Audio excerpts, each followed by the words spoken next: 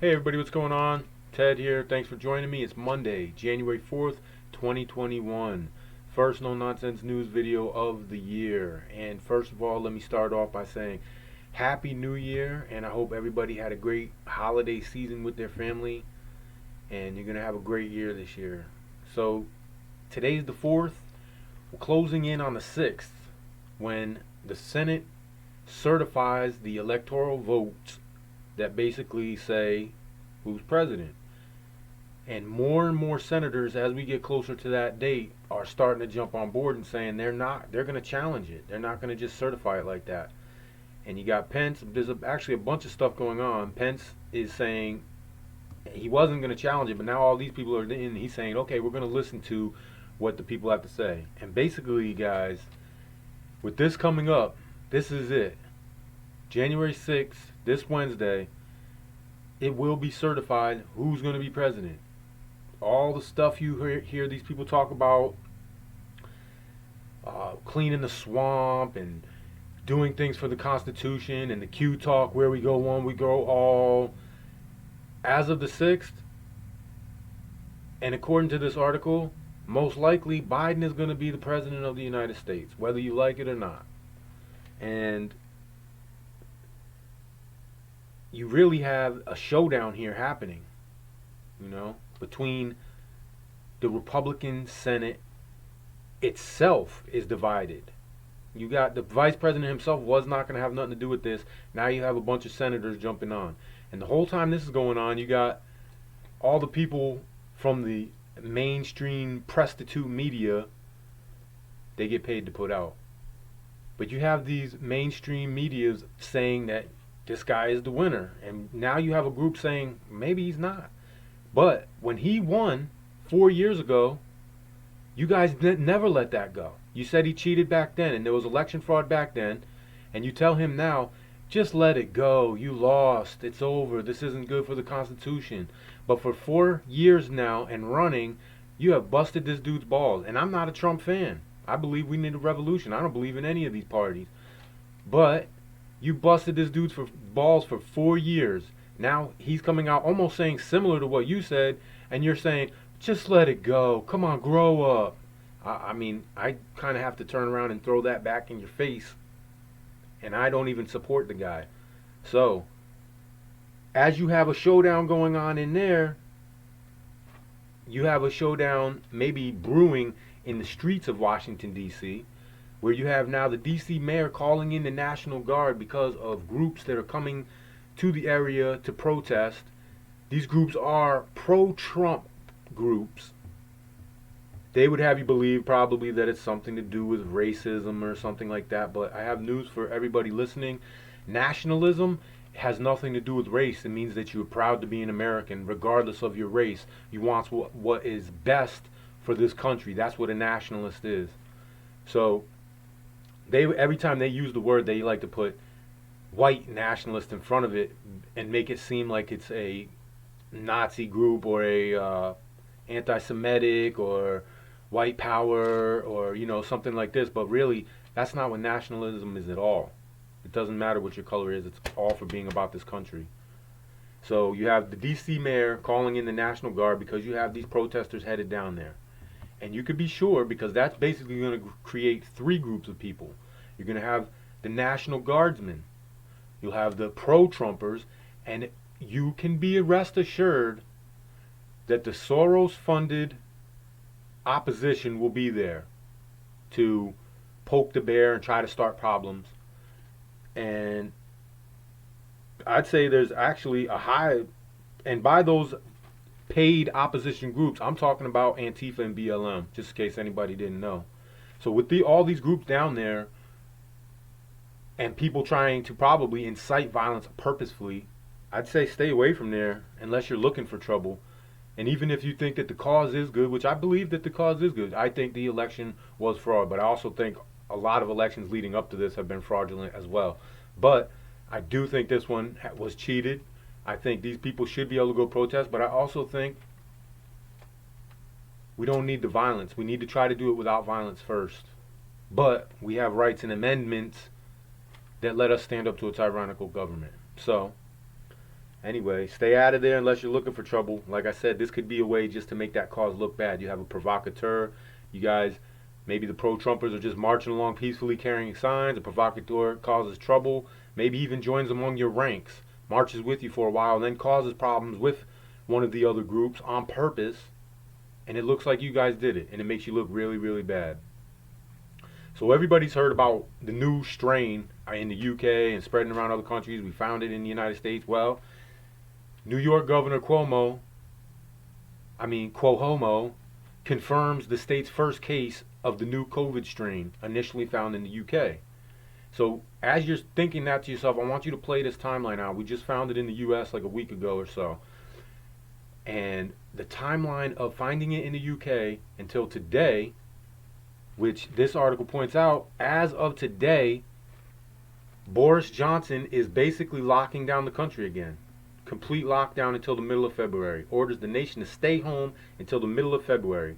You can go down, check out the article yourself, but if you go on to read it, it's basically a full 100% lockdown again. Schools, stay home. I mean, they didn't go on to say anything about how they plan to enforce this if people are found outside or anything like that. But you have the new strain in the UK. Within a month and a half, 2 months, you have a full-blown lockdown again. So we just found it a week ago in Colorado and these other states. Now we have it in New York. You know, New York is considered the hub of America.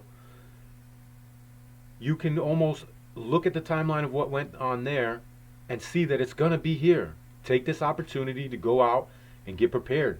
Things could come up short on the shelves, guys.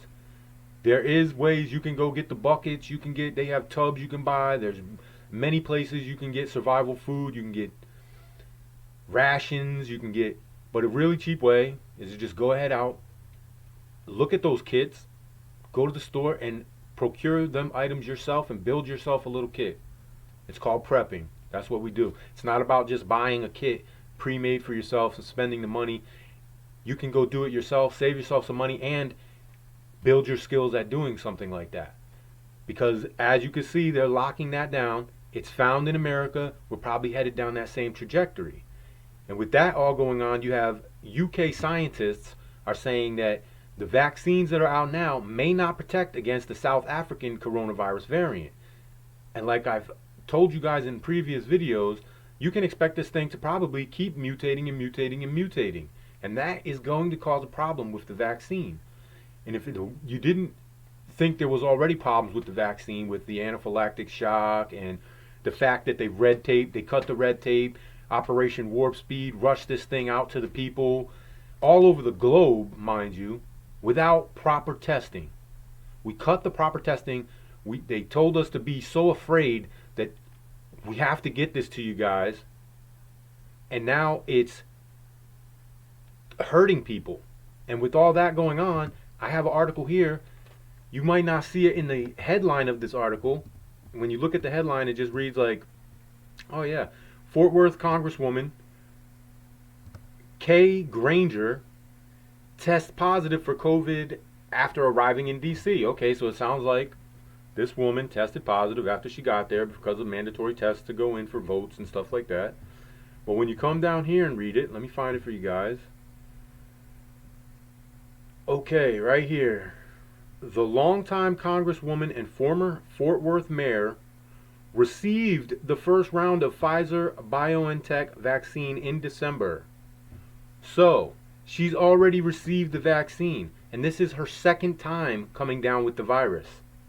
She came down with the virus, she quarantined, supposedly it went away, she got the vaccine in December, and now she's got it again. So if the vaccine is so great, why does this woman have COVID for the second time? Do you really want to put this vaccine in your body?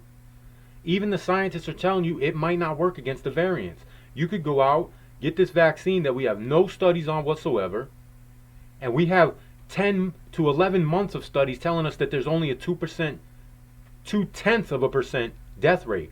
That means regardless of underlying conditions, regardless of your age, you have a 99.8% chance of living.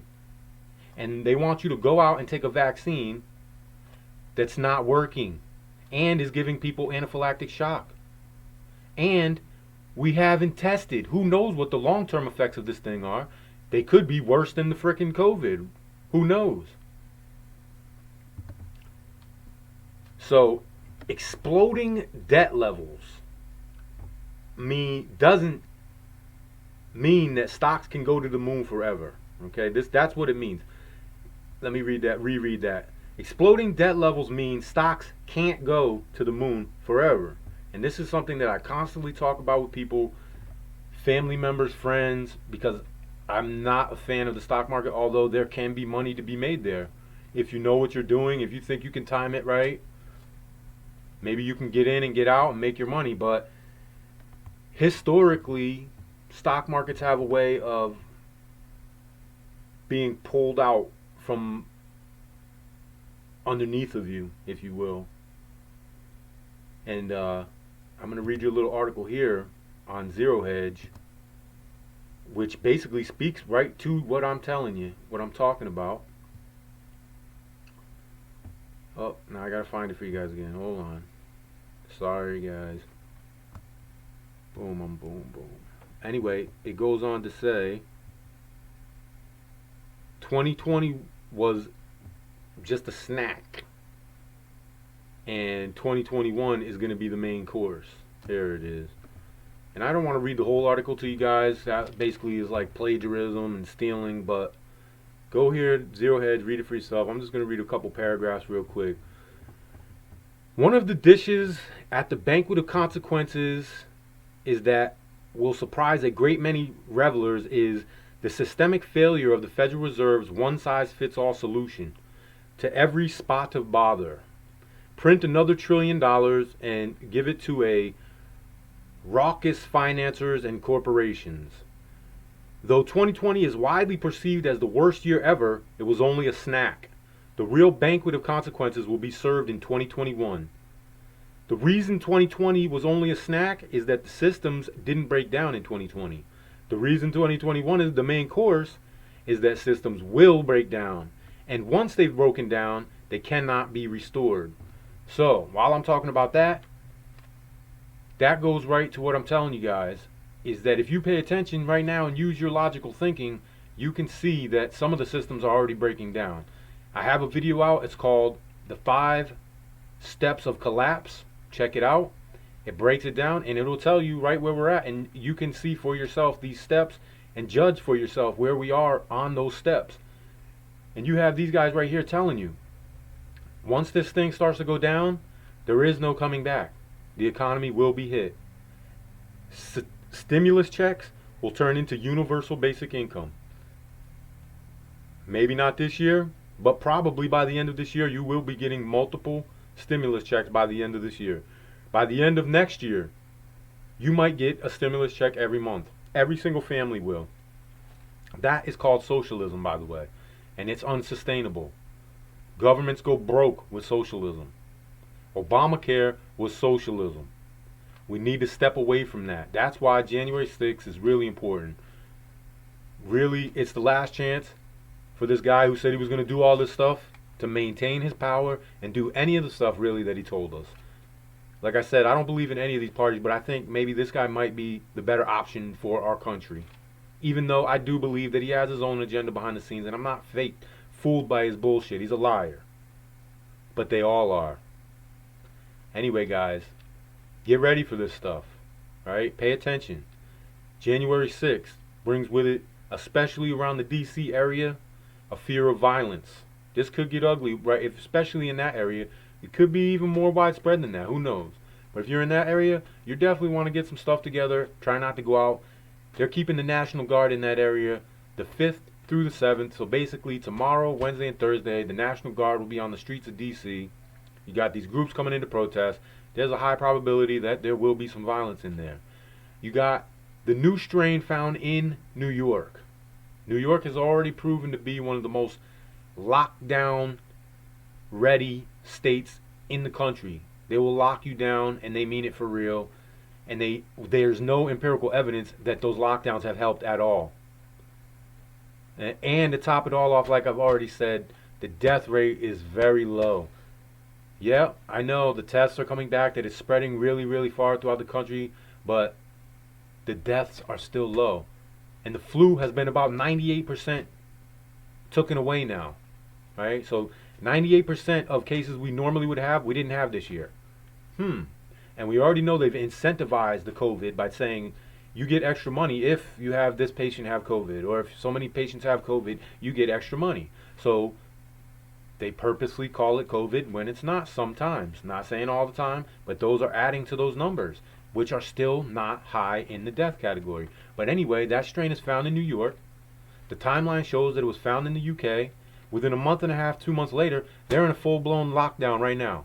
So New York, as a matter of fact, the United States could probably get ready for it if Biden is certified on the 6th. Not to mention that if you take all that out the picture, we're looking at an economic collapse this year. Who knows what's going to happen? So you have to prepare financially as well as for lockdowns, not to be able to go to the store and procure the goods that you need. Go now, get the staples that you might need. Get flour, sugar, spaghetti, pasta, sauces, some soups, things that you can get through this with, at least to stretch it out for you so you can go to the store less if they make it a big deal to go to the store. The debt, getting prepared for that debt exploding and collapse of the economic system, that's a little bit more down the avenue of precious metals, cryptocurrencies. And even though I am a fan of cryptocurrencies and I preach go get cryptocurrencies, I've been doing it for years. I've been doing it since I came out making videos for you guys. I will tell you, they can be risky as well. And as we've seen over the holiday, cryptocurrencies really jumped up thousands and thousands of dollars. They were making jumps of $2,000 and $3,000 a day at some points. But they've also dropped back a couple $1,000s today. So it's a volatile market. The way to play it is to buy it and just hold on to it. Because 5 years from now, it will be worth more money. So you got that same thing with gold. 5 years from now, you buy gold today, 5 years from now, that gold will be worth more money. Same exact concept. Same thing with land, most of the time. And land is one of those things, if you bought it today and it went down next year, they're not making any new land. Well, actually, China is making islands in the South China Sea, but you know what I'm saying. Here in America, they're not going to make another plot of land next to yours. It's not going to happen. So if you get a chance to buy it, if you have opportunity, if you have extra money, that is a good investment. A lot of times farmland is a good investment to protect yourself from the economic collapse.